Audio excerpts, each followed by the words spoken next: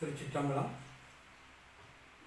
ஸ்ரீ சங்கரராமேஸ்வரர் திருக்கோவிலுடன் சேவாபாரதி இணைந்து நடத்துகின்ற கோடைக்கால இந்து சமய பண்பாட்டு வகுப்பினுடைய 25வது ஆண்டு வெள்ளி விழா மிக சிறப்பாக நடைபெற்று கொண்டிருக்கின்றது.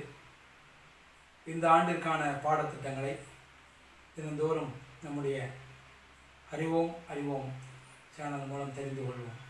திருச்சிற்றம்பலம். மகாராஷ்டிர மாநிலத்தில் பண்டரிபுரம் அப்படிங்கிற ஊரில் ஹரிதாசன் அப்படிங்கிற ஒரு சின்ன பையன் இருந்தான். அவங்க அப்பா அம்மா 2 பேருக்குமே கண்ணு தெரியாது.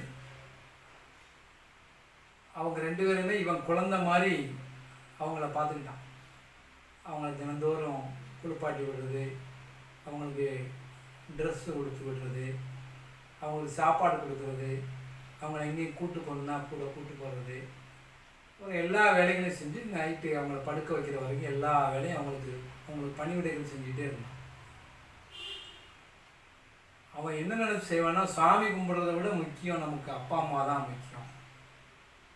அன்னையும் பிதாவும் முன்னறி தெய்வம், மாதா பிதா குரு தெய்வம் அப்படிங்கிறத பள்ளிக்கூடத்தில் படித்ததை நல்லா மனசில் வச்சுக்கிட்டு, நம்ம கண்காண நம்ம பார்க்கக்கூடிய தெய்வம் வந்து நம்முடைய அப்பாவும் அம்மாவும் அப்படின்னு அவன் முழுசாக மனசில் நினச்சிக்கிட்டு அவனுக்கு அந்த பணிவிடைகள் செஞ்சுருந்தான். மகாவிஷ்ணு வந்து வைகுண்டத்தில் பள்ளி கொண்டு இருக்கிறார். அந்த நேரத்தில் நாரதர் அங்கே வர்றார். மகாவிஷ்ணு நாரதர்கிட்ட கேட்குறாரு, தினந்தோறும் நிறைய பக்தர்கள் என்னை பார்க்க வராங்க, அதில் நல்ல சிறந்த பக்தன் யார், அதை கண்டுபிடிக்கணுமே, உலகத்திலே மிகச்சிறந்த பக்தன் யார், நீ சொல்லு பார்ப்போம் அப்படின்னு நாரதத்தை கேட்குறாரு. ஏன் நாரதத்தை கேட்குறாருன்னா, 3 உலகங்களும் சஞ்சரிக்கக்கூடியவர் நாராயண நாராயண் அப்படின்னு சொல்லிட்டு அப்படி 3 உலகம் சுற்றி வர்றதுனால மகாவிஷ்ணு என்ன கேட்குறாரு, நீ தான் சரியான ஆள் இதுக்கு பதில் சொல்கிறதுக்கு, மிகச்சிறந்த பக்தன் யார் அப்படின்னு அவர்கிட்ட கேட்குறாரு. அவர் சொல்கிறாரு, மிகச்சிறந்த பக்தன் ஒருத்தனை காட்டுட்டோமா அவன்கிட்ட வாங்க. பூலோகத்தில்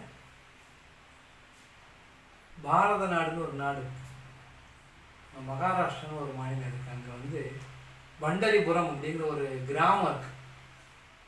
அந்த கிராமத்தில் ஒரு பையன் இருக்கான். அவன்தான் மிகச்சிறந்த பக்தன், வாங்க போய் பார்ப்போம். பூலோகத்துக்கு மகாவிஷ்ணு வர்றார். நேராக அந்த பையன் வீட்டுக்கு வர்றார். ஒரு குடிசை வீடு. அந்த குடிசை வீட்டுக்குள்ளே அப்பா அம்மாவுக்கு பணிவிடை செஞ்சுக்கிட்டு இருக்கான்.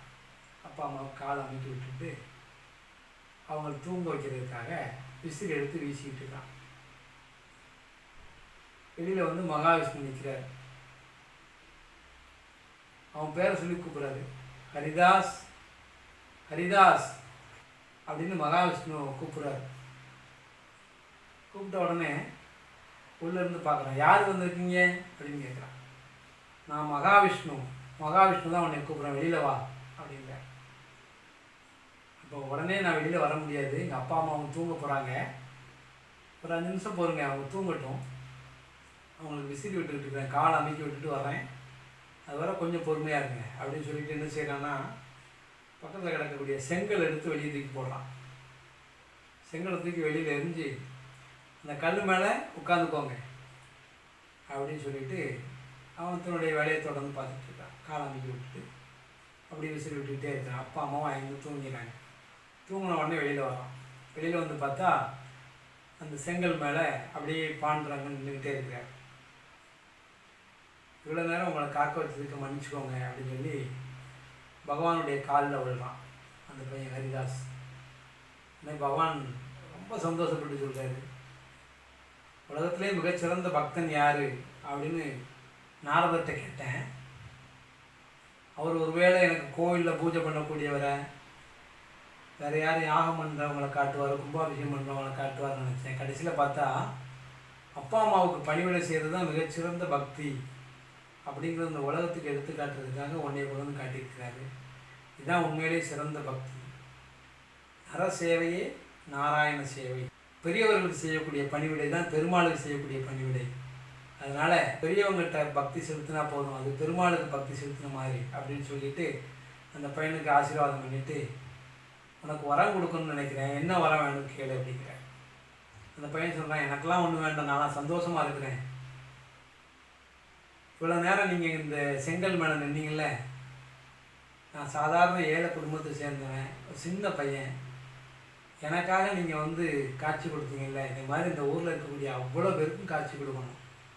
எத்தனை பேர் என்ன குறையோடு வந்தாலும் சரி தான், இதே கல் மேலே நின்று அவங்களுக்கு அருள் பாலிக்கணும். அதுதான் நான் கேட்குற வரம், அதுதான். அதனால் தயவுசெய்து இந்த பண்டரிபுரத்துலேயே நீங்கள் தங்கியிருந்து எல்லா மக்களுக்கும் அருள் பாலிக்கணும் அப்படின்னு சொல்லி அந்த குழந்தை கேட்டுக்கலாம். அந்த ஹரிதாஸுக்கு அவன் கேட்டுக்கொண்ட வரத்தை கொடுக்கறதுக்காக பகவான் மகாவிஷ்ணு என்ன செய்கிறார், பாண்டுரங்கனாக அதே இடத்துல பண்டரிபுரத்தில் கொலுவிட்டு இருக்கிறார் இன்னைக்கு வரைக்கும். அவன் நம்ம பாண்டுரங்க விட்டல் என்று சொல்லுவோம், விட்டலன் அப்படின்னு சொல்லுவோம். மராட்டியத்தில் விட்டல்னா என்னென்னா செங்கல்னு அர்த்தம். செங்கல் மேலே அந்த சாமி நின்றுட்டு இருந்ததுனால பாண்டுரங்க விட்டலன் அப்படின்னு இன்றைக்கு வரைக்கும் நாம் கும்பிட்டுருக்குறோம். ஒரு சிறுவனுடைய வேண்டுகோளின்படி அந்த செங்கல் மேலே, அந்த விட்டல் மேலே இன்னும் அந்த விட்டலனை, பாண்டுரங்க விட்டலனை நாமும் தரிசிப்போம். அப்பா அம்மா 2 பேர் தான் நமக்கு முக்கியமான தெய்வம். அன்னையும் பிதாவும் முன்னறி தெய்வம் அப்படின்னு கொன்றை ஔவையார் சொன்னதை நல்ல மனசில் வச்சுக்கிட்டு அப்பா அம்மா 2 பேரை கும்பிட்டா போதும் அப்படின்னு நமக்கு ஹரிதாஸ் அந்த சிறந்த பக்தன் நமக்கு எடுத்து காட்டியிருக்கிறான். நம்முடைய குழந்தைகள் எல்லோரும் அதை பின்பற்றி மாதா பிதா குரு தெய்வம் அப்படின்னு நம்ம வாழ்க்கையில் வாழணும். வெற்றி நிச்சயம். வேத சத்தியம். சிவா திருச்சி.